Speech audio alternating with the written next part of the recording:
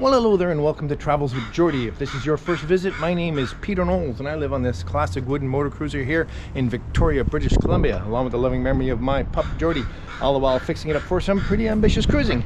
If that's the sort of thing that you might find interesting, please consider sticking around and subscribing. I'd love to have you.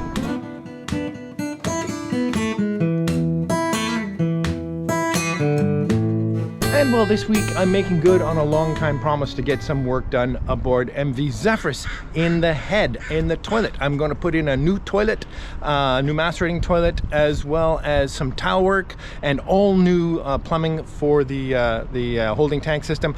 Anyway, it's a bit convoluted and complicated, and some things are going well, some things not so well. Let me explain. All right then, well, welcome to the head aboard MV Zephyrus. Well, did you figure this is what we were doing today? It's actually a pretty lovely space. It's wood and it's spacious and it has a separate shower, which of course is a real treat. Now, well, here are the problems. The first problem is this old Jabsco toilet, and it's actually not all that old, but if you're familiar with these toilets, you know they only last for so long and it's time to replace it. So, new toilet. Electric, going to be fun. Excellent, more on that in a bit.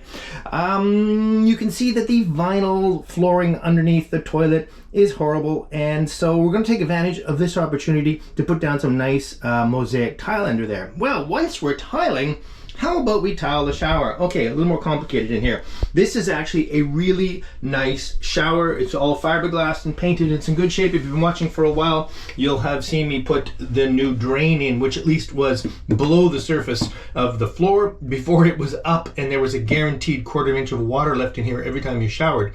Well, it's worse than that, because this is basically flat. So we're going to tile in here as well. But first, I have to create some slope.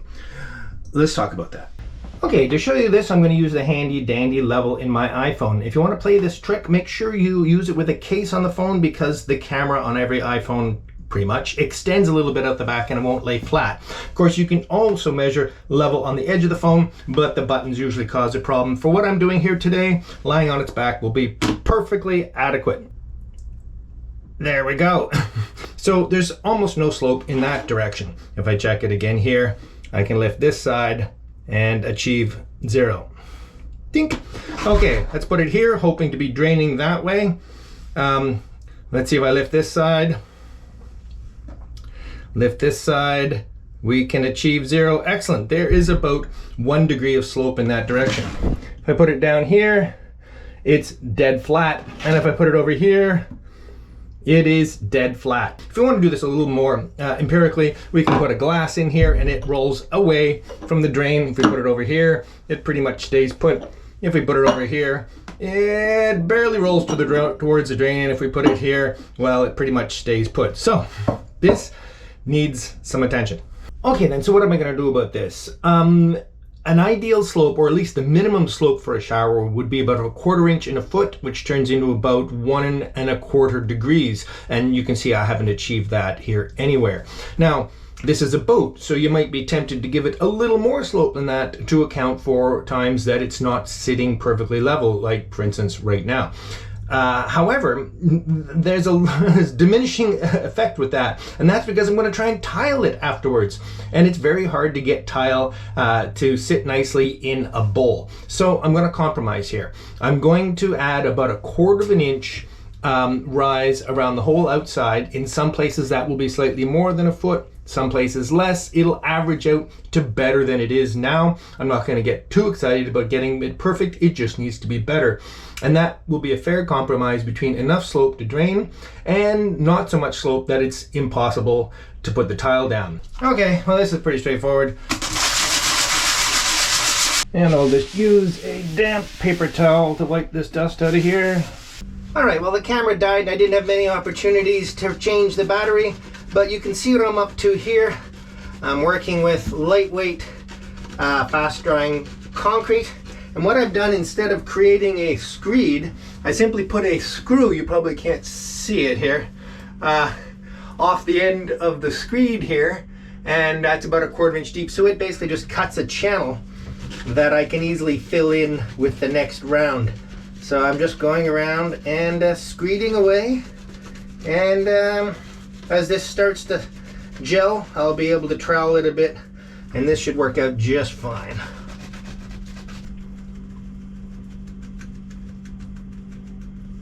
Okay, well, I don't know how happy I am with this just yet. It's sloped nicely. It's just starting to gel, so I'll continue to work it.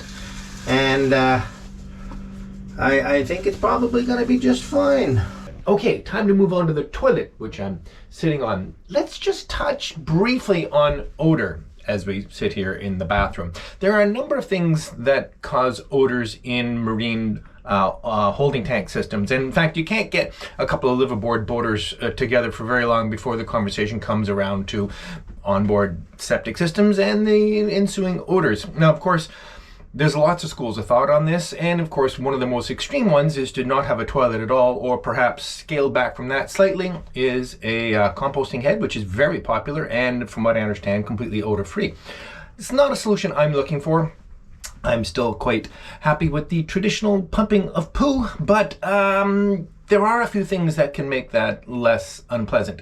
One of the main reasons that onboard marine systems are odorous is that we flush with salt water. There's all kinds of microorganisms in salt water that, when combined with the other microorganisms in the holding tank, produce odors at a greater rate than they would if you were using fresh water. So flushing with fresh water has a couple of really great benefits. One is it reduces those odors.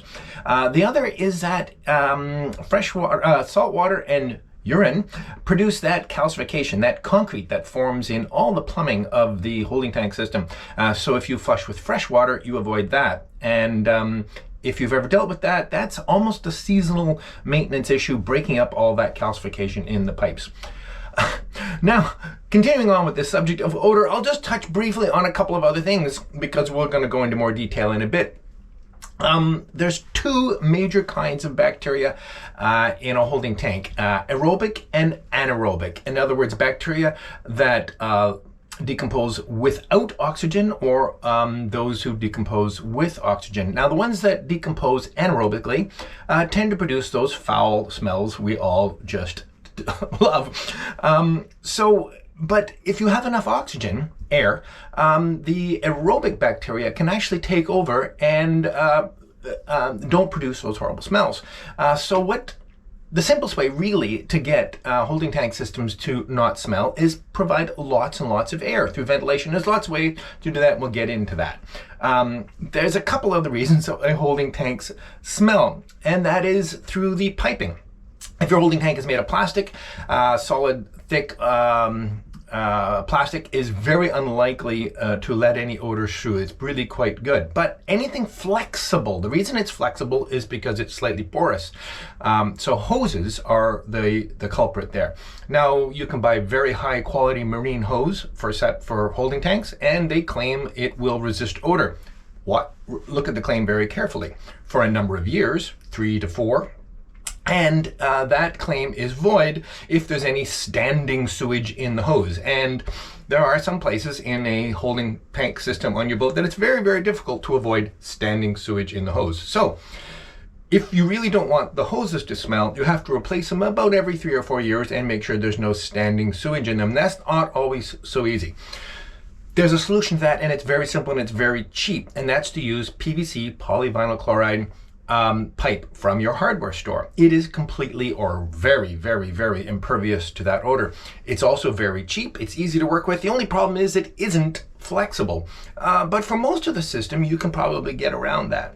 Anyway, so to jump back into what we're doing here today, so we're not too far distracted, a few of the things that we're going to be doing to reduce the odor on this boat is to switch most of the piping to PVC pipe, although some already is, and to continue with freshwater flushing. Now, to be fair, we've been freshwater flushing for a while by using the shower and simply blasting it into the toilet when we flush it, no longer flushing with seawater. But the easiest way to really do that neatly is to use a new freshwater flushing toilet, which is what we're going to do. We have, or I haven't, but Lady Zephyrus has purchased a beautiful new Raritan Marine Elegance, I believe, very nice macerating freshwater toilet.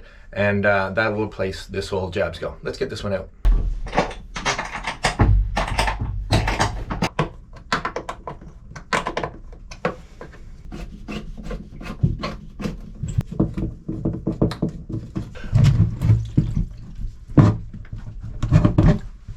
there we go.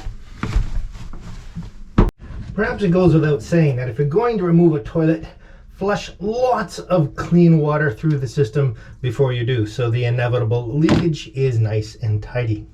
Now, marine toilets generally come in two heights, 14 inches or 17 inches. You can see this one was put on a plinth. The plinth is exactly 3 inches, so the 14-inch version became 17 from the floor. However, whoever installed it wanted a little bit more, so added this extra block. And frankly, at 6'3", it didn't bother me, but I won't be putting the new toilet in with this block or any block like it. Ew, ew, ew, ew, ew, ew, ew.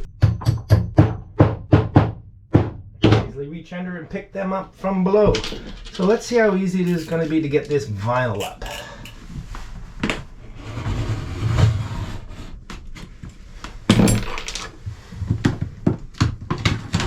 Ah, beautifully easy. Thank you, thank you, thank you.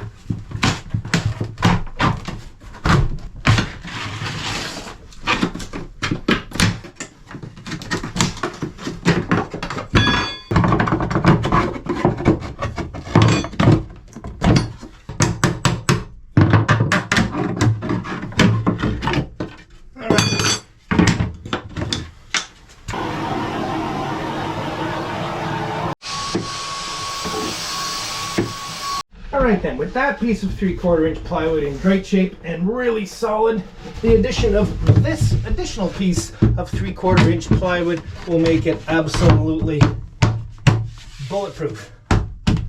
Okay.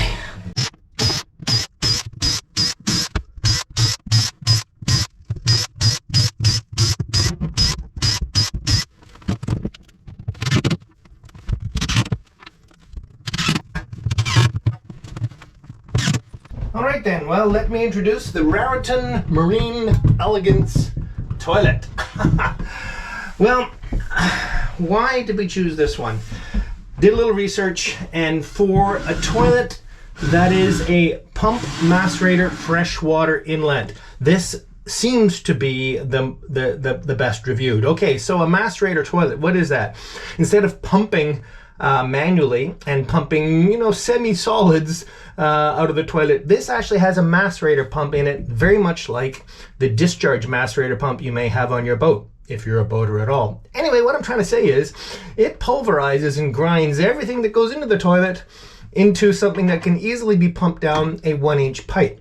There's a bunch of advantages to that. For starters, you're not dealing with pumping it here in the head, but because now you're putting pre-macerated waste into your holding tank, it's much easier to get it back out of the holding tank. It's also a freshwater flush. It takes fresh water directly from the domestic water on the boat, so it automatically doesn't use any salt water, etc. You know what I mean. You can get these in seawater flush, and you can get them in combination, or you can switch them back and forth if you're looking to conserve fresh water. We chose for the most economical version of a rather expensive toilet. This is not a cheap toy. Okay, so let's see how this is going to fit. You can easily see that whoever built this plinth originally made it much too deep. For instance, the toilet, even in this position, is a long way from the back bulkhead, and that's roughly where the toilet that I just took out was. See, what happens is if you put a toilet too far back and the plinth is too far forward, when you're sitting on it, you can't get your feet in the right place to be able to stand up. In fact, your feet, unless you pick them up on top of the plinth, very uncomfortable to stand up. Too much information, sorry, but it's important. So I'm going to have to move the toilet forward like the old one was, so that your feet can sit on the actual sole here. But that does create a bit of a gap back here, which in many ways is useful to help with all that plumbing. Well, all right then, after consultations with the owner, Lady Zephyrus, this is the final toilet position. You can see it's back to center. It does look better centered and relatively far forward. Now, what that does is create this huge gap back here, which is super helpful for installing the toilet and managing the plumbing, but it's kind of a waste of space. So what I'm going to do in time is build a cabinet all the way across there that fills that gap, comes up to about here somewhere, which will be full of shelves and things like that, but that's for a later date. So obviously the toilet isn't going on top of the plywood. It comes back out now and we tile. And then here's the tile, a nice green mosaic. I have a love-hate relationship with mosaic tile. It looks great and it has some forgiveness, but it's a pain too. Happily, if I just cut half of each of these edge tiles and half of them on the next tile over, it's an exact fit across here. And because I'm going to put a little molding here at the front, and I have a cabinet being built at the back, there's no cutting required at all front and back. So it will be a relatively easy setup, with the exception of cutting these edges off on a really cheap tile saw I just bought at Home Depot. Well, this was very, very likely a false economy. Let's see if we can get any joy out of this. Yeah. And a reasonable amount of water in it.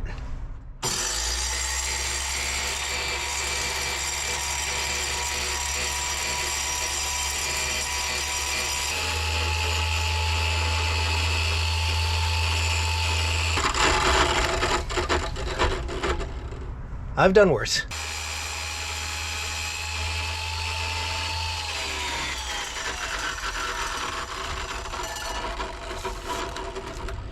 Oh, my back. Oh, that one turned out really quite well. Okay. Peel off the support backing and see how it fits. Without that extra backing on, it is quite precarious. You do not want to stress this out too much. Now this little corner tile here, I do expect will simply be removed to cope with that little bit right there. But let's see how it slides in before that even. Very nice. In fact, not that whole tile. I'm just going to have to nip it, which is a little terrifying. That'll do. That'll do. And there. Perfect. Okay, let's get some mortar down and get this actually installed.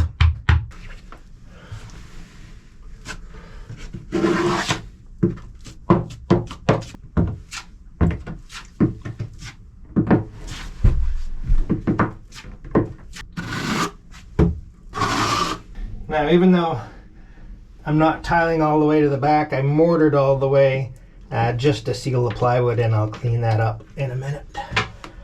Oh, this is an awkward place to work. Okay, so I'm going to slide this off.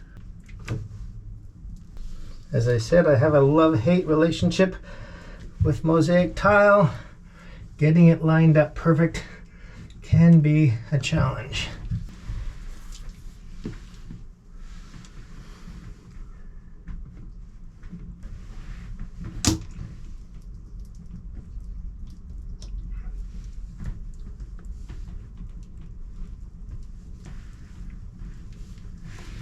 Ooh, not too bad.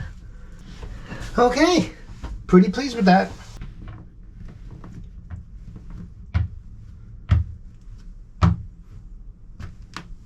I'd love to try a bit of a social experiment. All through the month of January, I'm going to make an extra special request for subscribers. Okay, you say, YouTubers are always begging for subscribers. Well, it's true, and I ask at the beginning of every episode. But somewhat less than half of the people watching this video are actually going to be subscribers, and I'm just wondering if it would really be that difficult. Just hit that subscribe button if you could. You don't have to hit the bell, and you don't have to be notified of anything. And if it turns out you don't want to be subscribed, then unsubscribe in the future. I'm just kind of wondering if a little surge in subscriptions might be good for the show. Thanks. Hello and welcome to the Travels with Geordie Beer of the Week, coming to you this week from the cozy wheelhouse of MV Geordie on this cold and wet January evening. Straight to the beer. Look at this beautiful bottle. This is Daggerand, which is a fantastic BC brewery, and it's their 2022 special edition. I just couldn't resist, and it's brewed with a blend of pear and coriander. So, I mean, I'm quite excited about this. The fellow at the cash, when I bought this, said he just opened his special beer last night, and he said it was absolutely fantastic. Treating it a little more like wine, but that's okay with me.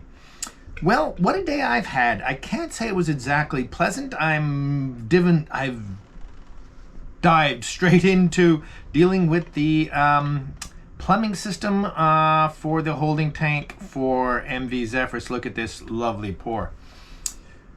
On that, I'll be back shortly. All right, well, that's a little more reasonable. All right, let's see what we think of 2022 from Daggerand.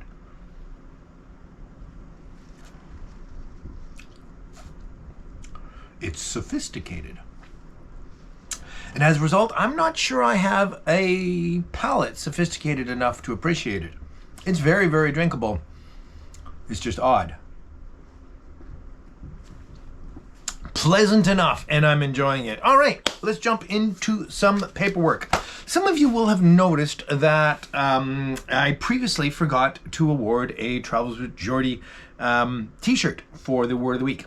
So we have 2 to give away. 1 for 2 weeks ago, and that will go to, after I don my eyewear, Wayne Collett. So Wayne Collett, you've won a Travels with Geordie t-shirt. Get a hold of me, and we'll make sure you get yours. Not knocking the camera over as I reach for the beer. Cheers.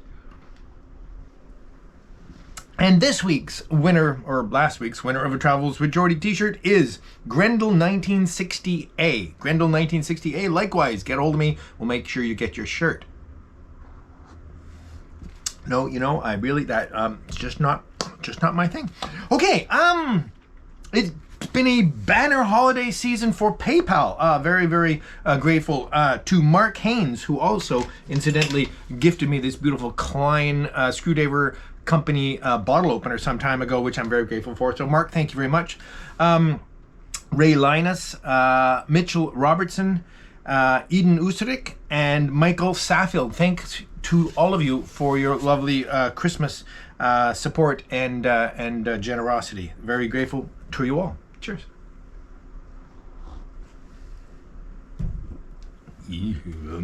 Okay, off the Amazon wish list, some goodies came. This actually, I think, got lost because I think it should have come a while ago with its companion eyelets. So this is the stainless steel cable or wire rope that's going to be used for the upstairs helm.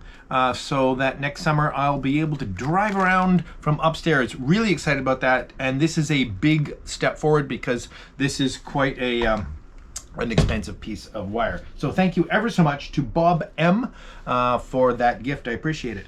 Now this is really cool. I'm not going to open this package because this is a printed circuit board. It's a component. What this is in here, and I know you can't see it. If you could see it, it would be a little green printed circuit board covered with electrical components. But what it is a electronic timer module where you can set the interval between how often it goes off or closes its electrical switch and how long it closes its switch for. And what this is going to be used for is the heating system here aboard MV Geordie for the hydronic heat. So basically what'll happen is that timer will go off every interval, let's say 10 minutes, 1 hour. I'm not quite sure yet.